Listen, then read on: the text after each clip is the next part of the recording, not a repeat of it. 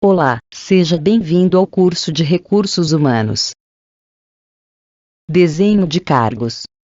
O desenho de cargos envolve a especificação do conteúdo de cada cargo, dos métodos de trabalho e das relações com os demais cargos. Desenho de cargos é o processo de organizar o trabalho através das tarefas que são necessárias para desempenhar um cargo específico. Desenho de cargos envolve o conteúdo do cargo, as qualificações do ocupante e as recompensas para cada cargo no sentido de atender às necessidades dos empregados e da organização. Desenho de cargos é a informação utilizada para estruturar e modificar os elementos, deveres e tarefas de determinados cargos. Cada cargo exige certas competências do seu ocupante para que seja bem desempenhado. Essas competências variam conforme o cargo, o nível hierárquico e a área de atuação. Elas exigem que o ocupante saiba lidar com recursos, relações interpessoais, informação, sistemas e tecnologia em diferentes graus de intensidade. O desenho de cargos constitui a maneira como cada cargo é estruturado e dimensionado. Desenhar um cargo significa definir 4 condições básicas: o conjunto de tarefas ou atribuições que o ocupante deverá desempenhar, como as tarefas ou atribuições deverão ser desempenhadas, a quem o ocupante do cargo deverá se reportar, isto é, quem é seu superior imediato, quem o ocupante do cargo deverá supervisionar ou dirigir, isto é, quem são os seus subordinados. O desenho do cargo é a especificação do conteúdo, dos métodos de trabalho e das relações com os demais cargos, no sentido de satisfazer os requisitos tecnológicos, organizacionais e sociais, bem como os requisitos pessoais do seu ocupante. No fundo, o desenho dos cargos representa o modo pelos quais os administradores projetam os cargos individuais e os combinam em unidades, departamentos e organizações. Neste sentido, o desenho dos cargos define o grau de responsabilidade ou de liberdade concedido ao ocupante. Se o cargo oferece compromisso pessoal com o negócio ou com o cliente, ou se o cargo amarra o indivíduo a condições humilhantes ou a regras burocráticas. O desenho dos cargos na organização não tem um dono definido. Dificilmente é uma função de staff da RH. Na maior parte das vezes, fica nas mãos do órgão de engenharia industrial ou de organização e métodos que se incumbem do planejamento e da distribuição das tarefas e atribuições da maior parte da organização. Os demais cargos, das áreas administrativas, financeira e mercadológica, quase sempre são desenhados pelas respectivas gerências em um processo contínuo de resolução de problemas e melhoria contínua. Isto significa que os cargos não são estáveis, nem estáticos ou definitivos, mas que estão sempre em evolução, inovação e mudança para se adaptarem às contínuas transformações que envolvem a organização. O que está acontecendo é uma completa revolução no conceito de cargo devido às exigências do mundo moderno e da globalização da economia. Para melhor entendermos isso, devemos conhecer os diferentes modelos de desenho de cargos. Conceito de desenho de cargos. O desenho de cargos é o processo de especificação do conteúdo do cargo, dos seus métodos de trabalho e das suas relações com os demais cargos. Tudo isso deve procurar satisfazer aos requisitos tecnológicos, organizacionais e sociais, bem como os do ocupante. Veja como os conceitos estão se ampliando.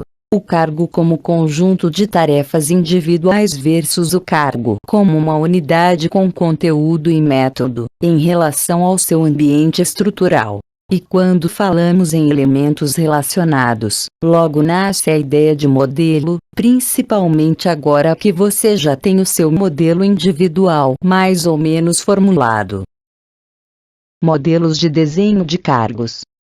Existem 3 modelos de desenhos de cargos: o clássico, o humanístico ou de relações humanas, e o de características do trabalho. Modelo clássico. É o desenho de cargos utilizado pelos estudiosos da administração científica e enfatiza que quanto mais simples a tarefa, maior a eficiência do seu executante. Veja o que acontece com os cargos nesse modelo. Cargos simples, repetitivos e monótonos. Desmotivação pelo trabalho. Trabalho individualizado e isolado. Monopólio da chefia. Modelo das relações humanas. Este é um modelo humanista de desempenho de cargos, que considera as necessidades psicológicas do ocupante. Chiavinato afirma que, em relação ao modelo anterior, o desenho do cargo não muda, sendo a atenção deslocada para as condições sociais em que ele é exercido. O conteúdo do cargo propriamente dito continua o mesmo.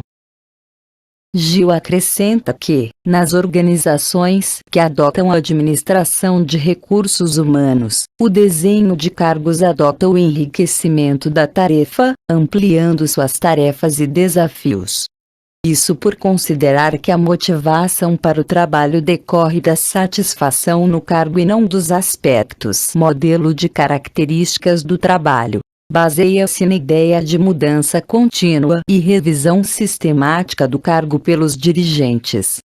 Prevê não o enriquecimento de tarefa, mas o enriquecimento do trabalho, tornando possível ao ocupante tarefas especializadas em que possam desenvolver um produto ou serviço completo.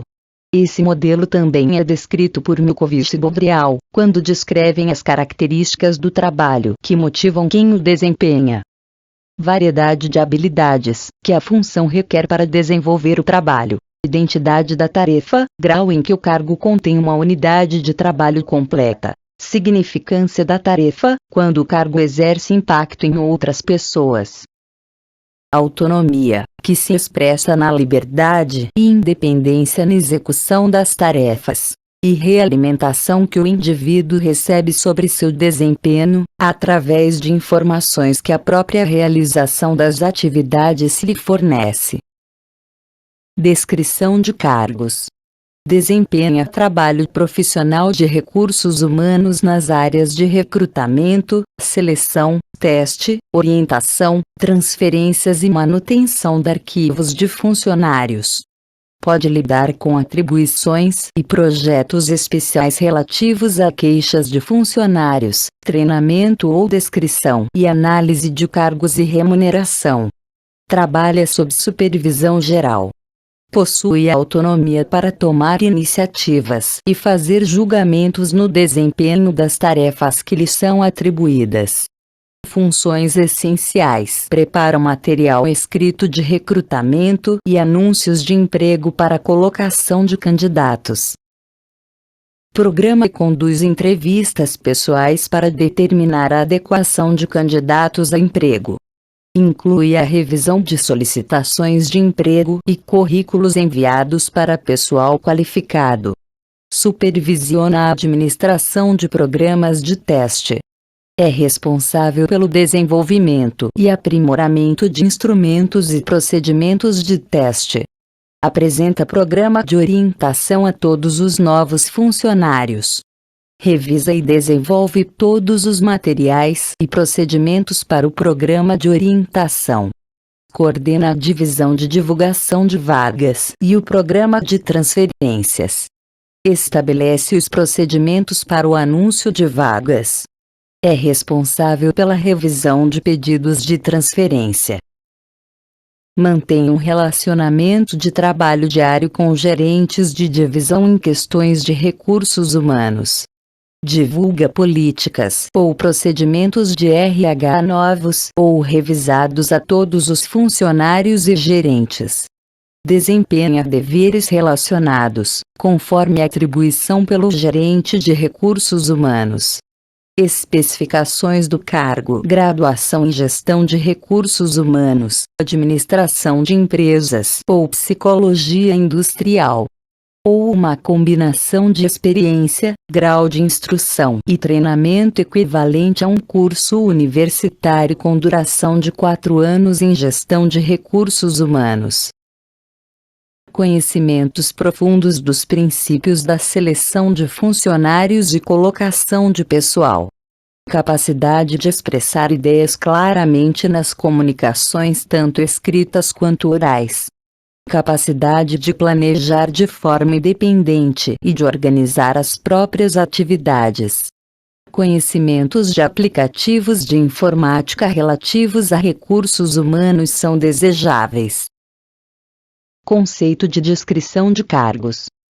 É uma definição escrita, relacionando o que o ocupante do cargo faz, como ele faz e em que condições o cargo é desempenhado. Esse conceito é utilizado para definir as especificações do cargo, a qual relaciona os conhecimentos, habilidades e capacidades necessárias ao desempenho satisfatório do cargo. Tem diversos usos nos demais processos de gestão de pessoas, além de realimentar o próprio desenho de cargos. São eles: recrutamento e seleção, treinamento e desenvolvimento, avaliação de desempenho, remuneração, higiene e segurança no trabalho. Como podemos ver, a análise do cargo é um processo importante, pois contribui para a eficácia de outros processos de gestão de pessoas. Até agora nos referimos ao que é descrição e análise de cargos. Você deve estar se perguntando: mas como se faz tudo isso? Vamos falar do processo de análise e descrição de cargo. O processo de análise de cargos envolve a coleta dos dados e a elaboração da descrição e especificações do cargo por escrito. O formato comum de uma descrição de cargo inclui o título do cargo, setor, as principais atividades desenvolvidas, as responsabilidades, a formação necessária, a experiência desejada e os treinamentos desejados. Objetivos da descrição. Os tempos mudaram, os desafios que surgem hoje são diferentes dos enfrentados até então. Pressão por resultados positivos, exigência crescente de alto padrão de qualidade em atendimento, produtos e serviços, agilidade nas tomadas de decisão, expectativa de vida útil das pessoas aumentando, mudanças nas leis de aposentadoria e principalmente a velocidade da obsolescência da tecnologia e do conhecimento em todas as áreas, são alguns dos desafios encontrados nos dias atuais. Entre outros, os tempos mudaram, os desafios que surgem hoje são diferentes dos enfrentados até então. Pressão por resultados positivos, exigência crescente de alto padrão de qualidade em atendimento, produtos e serviços, agilidade nas tomadas de decisão, expectativa de vida útil das pessoas aumentando. Mudanças nas leis de aposentadoria e principalmente a velocidade da obsolescência da tecnologia e do conhecimento em todas as áreas, são alguns dos desafios encontrados nos dias atuais. Entre outros, a empresa que perceber e souber aproveitar-se destas circunstâncias, oferecendo aos seus colaboradores a oportunidade de autodesenvolvimento, fará a grande diferença no mercado, assim como o profissional empenhado em desenvolver seu potencial pessoal, pois tecnologia e conhecimento estão à disposição de todos. O que realmente faz a diferença é a atitude das pessoas diante das diversas situações do dia a dia. A qualificação pessoal consiste na descrição pormenorizada das atribuições e objetivos de uma função. Objetivos: serve de base para análise e adequação de função, recrutamento e seleção ou planejamento de cargos e salários. Procedimentos: entrevistas com supervisores e subordinados dos cargos a serem descritos, preenchimento de questionário por supervisores e subordinados, observações no ambiente de trabalho, despersonalização e categorização dos dados obtidos nas entrevistas, elaboração da ficha profissiográfica. Análise de cargos. Tal como Cormick, considera-se que a análise de cargos é o processo de obter informação detalhada sobre os cargos. Esta informação é de grande importância, e de acordo com Cássio, considera-se inclusivamente a análise de cargos como a origem e ponto de partida fundamental para muitas das outras funções relacionadas com a gestão dos RHs. A informação obtida através da análise de cargos é importante tanto para o gestor de RHs como para o gestor de linha, pois sem esta informação não seria possível realizar corretamente o planejamento de RHs e o respectivo recrutamento e seleção. Por sua vez, a realização de programas de treino só poderá ser elaborada de modo adequado e apropriado às necessidades verificadas, se existir um conhecimento sobre o tipo de exigências de cada um dos cargos, o que só é possível obter, mais uma vez, através da análise de cargos. Muitas seriam as relações entre a análise de cargos e as restantes funções da gestão de RHs, para evidenciar ainda mais a importância desta função no âmbito dos RHs. No entanto, importa agora perceber o processo de análise de cargos e como se obtém a informação os cargos. Do mesmo modo, a avaliação do desempenho só será realizada de modo comparativamente equivalente, para os diversos ocupantes do mesmo tipo de cargo, se existem informação sobre as características do cargo, relativamente às quais se possa avaliar o desempenho dos ocupantes. Para que a implementação estratégica possa ser efetuada, o primeiro aspecto a considerar é a definição e desenho das tarefas que têm de ser realizadas. Seguidamente, é importante considerar o modo como essas tarefas vão ser realizadas, ou seja, se vão ser realizadas individualmente, coletivamente, por equipas de trabalho, por especialistas, por generalistas ou por um outro tipo de organização do trabalho. Os dois aspectos anteriores justificam a necessidade de se proceder a uma análise do trabalho a efetuar. Só assim é possível propor a forma mais eficiente e eficaz de realizar a implementação estratégica requerida. Estes conceitos são os aspectos-chave determinantes para compreender a forma como o trabalho é analisado e organizado.